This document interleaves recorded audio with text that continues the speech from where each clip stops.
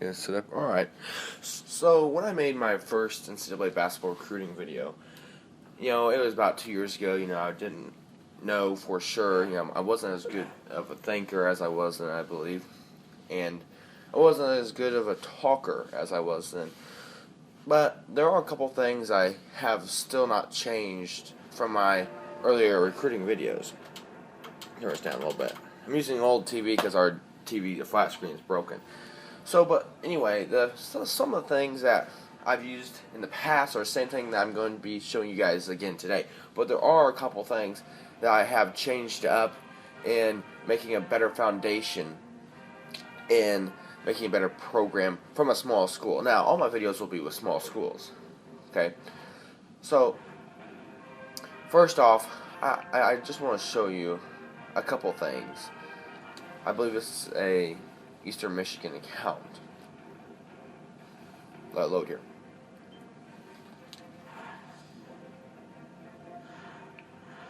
Okay, I'm a Stetson. Okay, so I have made a Stetson program, and I'm 291, 151.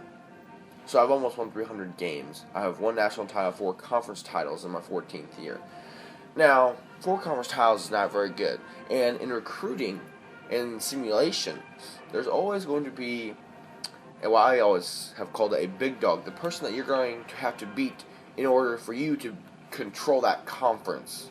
Because that's the way to be having a very successful program and being successful in the conference, is being able to be the big dog of the conference and owning the conference. Now, how do you do that? You've got to be able to beat them in the conference tournament, and that may require you playing in the conference tournament in the conference title game against the big dog in the conference and bringing their prestige down. Now, this may take a couple years to do, maybe 2, no more than 2, and then your recruits will come after they see you've won a excuse me, after they have seen you win. So, what we're going to do is we're going to take a brand new program and show you the very starting steps. Now, I'm going to try making this quick because my phone only has 2 gigabytes left of usage on of my storage. So we're going to go Dynasty, New Dynasty, Proceed. I'm not going to name my guy all this junk.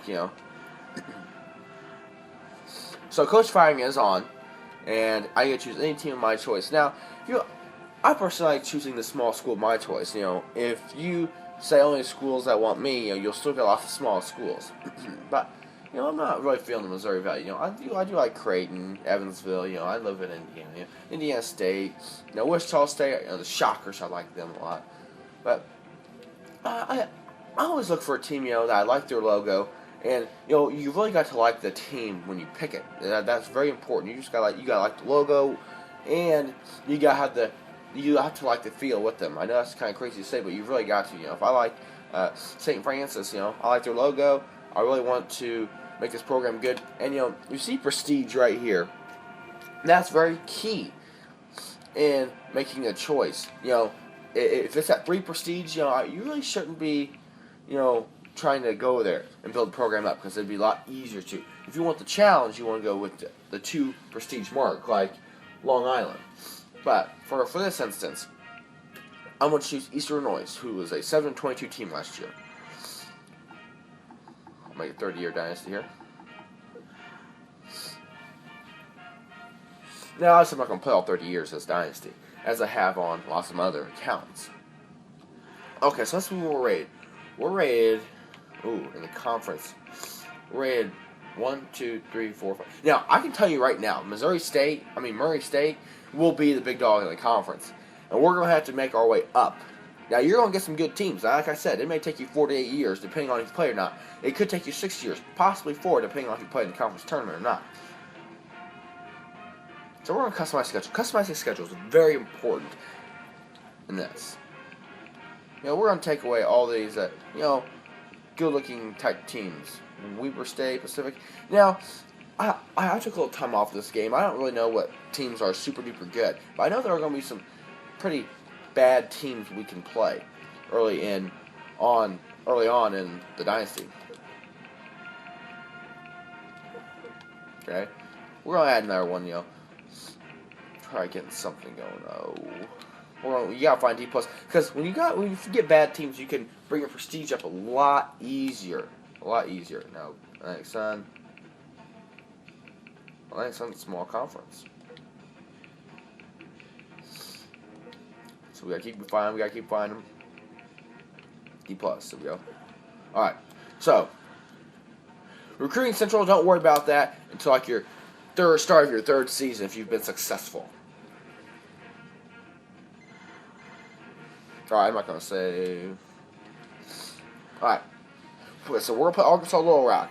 Now, I will, if you guys want to fast forward through all this, you can with simulation. But I'm going to show you specifically. Now, you're going to say, well, why didn't you show us our roster? Well, because the first year roster really doesn't mean much. And, you're like, why is that? Well, the first year roster, I mean, you can do a couple things to it. This is one of the things I'm trying to get away from that has hurt me in other dynasties in the past, is when I red t-shirt some players, and then I red t-shirt too many of them. No, I red t-shirt our best players, and I red t-shirt, 3 of our best players, then we sucked and I got fired. So it really didn't mean no favor to do that. Now, I'm 4-2 right now, and I'm okay. I'm not nothing to be rated or speak about in the news or anything. But this really does, I think, set a good foundation the first year if you don't red t-shirt players. I went 0-30 and got fired. Yeah, I went 0-30 and got fired. I'm not going to be the first one to say that. But you're going to take steps in recruiting to make your team better, not red t-shirting fully. So, for another thing that's important in recruiting, and this will maybe take you a year, about 2 or 3 years to build. You want to make your weight room, your practice gym, and your study hall and your injuries clinic. These are all important, but they can become very dangerous as well in the simulation. They can ruin teams. Now, from my experience, they have ruined teams. Now, if you have some different strategy that I don't know about, then I guess you can make a team work with all those upgrades. But you have to be careful about not upgrading those too much, because what happens is, let's say I get a 5-star recruit, right? Okay, he's really good. He's going to be 80 overall, okay, when he comes. So, I have all my facilities upgraded. Yeah, he's going to be very good. But I'm going to lose him in the draft the next year, for sure. Now, maybe there are some exceptions, but the likelihood of you doing that is probably a 1 out of 15 chance, if that. So, what that happens is you lose recruiting in the end season. Okay? You lose recruiting in the end season. And that's what matters the most. Recruiting in the end season gets you the best recruits than if you recruit in the off season. Now, if you do get really high star caliber recruits in the off season, they'll most likely stay probably a 1 out of 3% chance. Well, 1 out of 3, that's 3.3% chance that they'll stay. So, you get behind by not having those recruits for the end season if those guys go pro real early in their career. Yeah, you may have, a really good recruiting class that'll be national title contender when they're seniors with all those facilities upgraded, but you have to watch. Now, that's one of the things I've changed. I have changed to more of an aggressive. I used to keep all those at level 2. I'm going to start using a 3-3-2-2 method out of the 4. The weight room and the practice gym. But what I think that's going to help us with is what I was doing was my players weren't reaching their full potential by their senior year that were staying. And I played a 30-year dynasty, played all 30 years, and I realized, hey,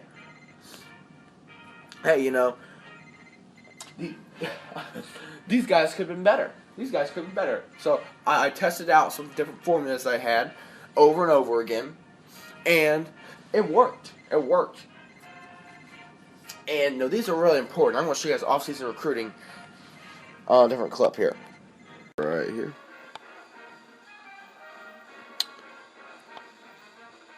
Alright, so now we're at the end of the season here.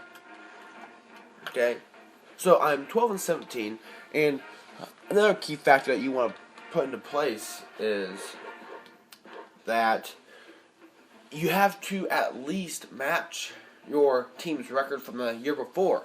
And now, if you improve your record and it's not winning, your prestige is not going to go up. But we have the conference tournament coming up here to give us a chance at going to the conference title and the NCAA tournament. So, you're always going to try to win that, in simulating. You never want to lose, you always want to win, right? So, right now I'm going to go into more of an in-depth look at recruiting. Now, in-season recruiting is going to be very similar to how you will recruit in the off-season. That's going to depend on how many points you have. And when you're a young team like this, you're not going to have enough points in the in-season to recruit with. And you're not even going to have good enough recruits to even start with. So, so we need to make the conference tournament, I don't even believe. So, that's okay. That's okay. We're going to flush the season down the drain. We're going to keep getting better recruits next year. So, usually after your first year, the year that's going to, when you have seniors or juniors or seniors after, so if I go recruit this year, right, and I start my next season with a bunch of freshmen, those freshmen are going to be the ones that bring my program out of the mud when they're juniors and seniors, because they're going to be the best they can be their junior and senior year. Now, other questions I've been asked on my YouTube page: how do we sign in-season recruits when our program's really good? Well, right here. You'll go, okay, I want to view the agreements. You go ahead and sign them. So we're going to look at players leaving. I saw I had 8 scholarships, 76. So we had a lot go. And this is going to be pretty good. But it's going to be very challenging in order to get these players, get enough players with how bad of a season we had to get the good players. That's going to be kind of hard. So, and this is going to be good for all of you guys to see how I will recruit. And there's a change I made in recruiting. Now, I used to do internet research that took up 1 or so points or more. So, let's go interested prospects. You always have to go interested prospects. Oh, shoot. We got 2 caliber players, huh? 2 caliber players. Now, this is going to be very tough. Very tough. And yeah, this is where your prestige comes in if you take a look at the right of the video.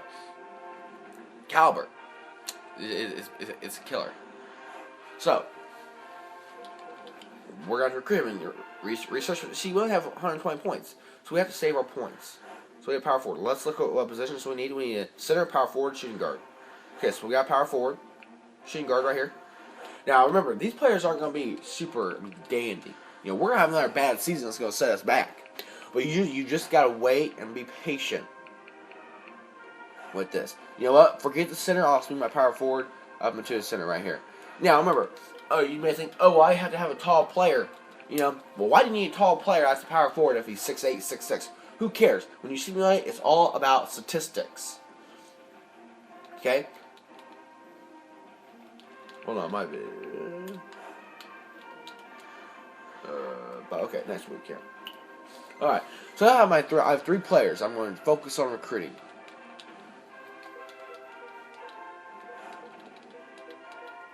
All right, targets. Now, when you do this, there's no need on these bad recruits. There's no need to assistant phone call, head coach visit. No need for that. You see, offer scholarship and email recruit, and maybe conduct a phone interview. But since we have low points, we're going to wait on that. Now, these guys will end up being about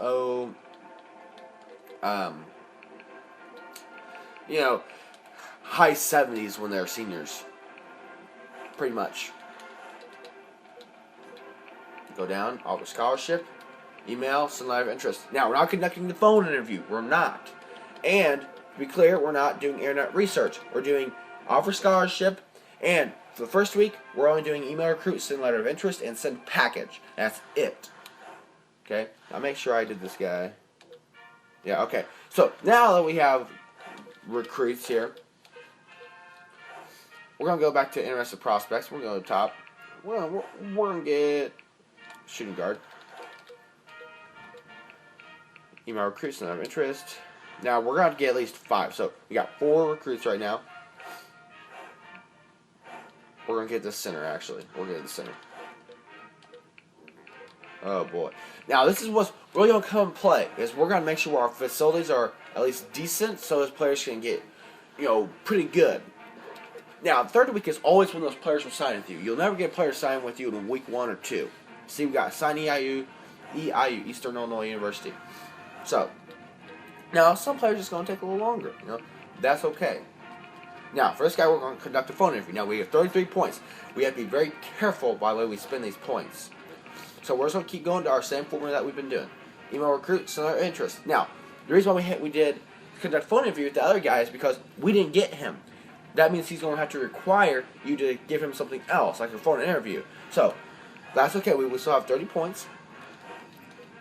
And, if we offer scholarship and do these things, look, it puts us at 24 points. So we can conduct a phone interview with the 2 new players we recruited.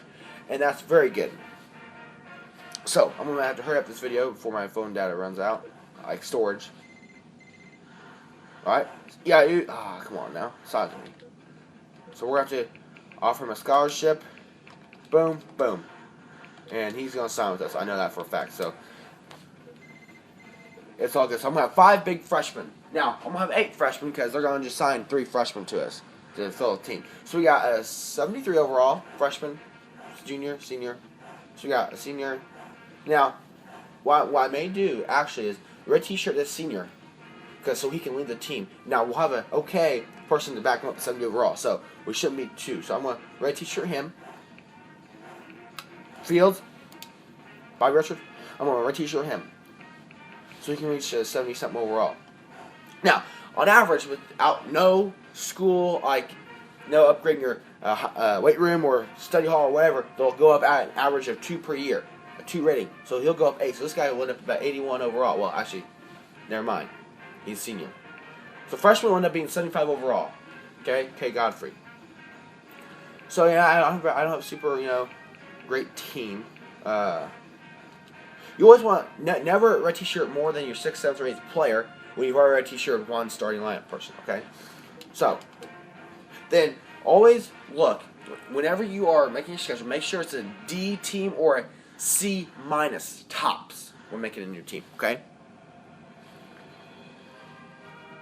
Alright guys, I'll make another video explaining more in depth as, second and third seasons come about. Okay? So I'll show you where my team is located in the conference before I go. I'm last in the conference. You're going to get some of these seasons. Sometimes you may end up second, depending on the year. But I chose not as a good team. Okay? And that's okay. We got to make sure we are, getting these recruits good, okay? And, I want to thank all you guys for watching, and please check out my later videos. I'll make more of with this dynasty and showing you in the early stages of how to get the program stable, and then I'll let you guys take it away however you guys would like for your own dynasty. Thanks guys for watching. Hey guys, thanks for watching my video. I am Jake, the creator of the NCAA basketball series I've been making. If you guys want me to make a dynasty video on how to play as a big school, which I do not prefer, but I will do that, or a select college, I will do that as well and show you the steps you can take to making sure your program is good. Thank you, and please like and subscribe. See you next time, guys.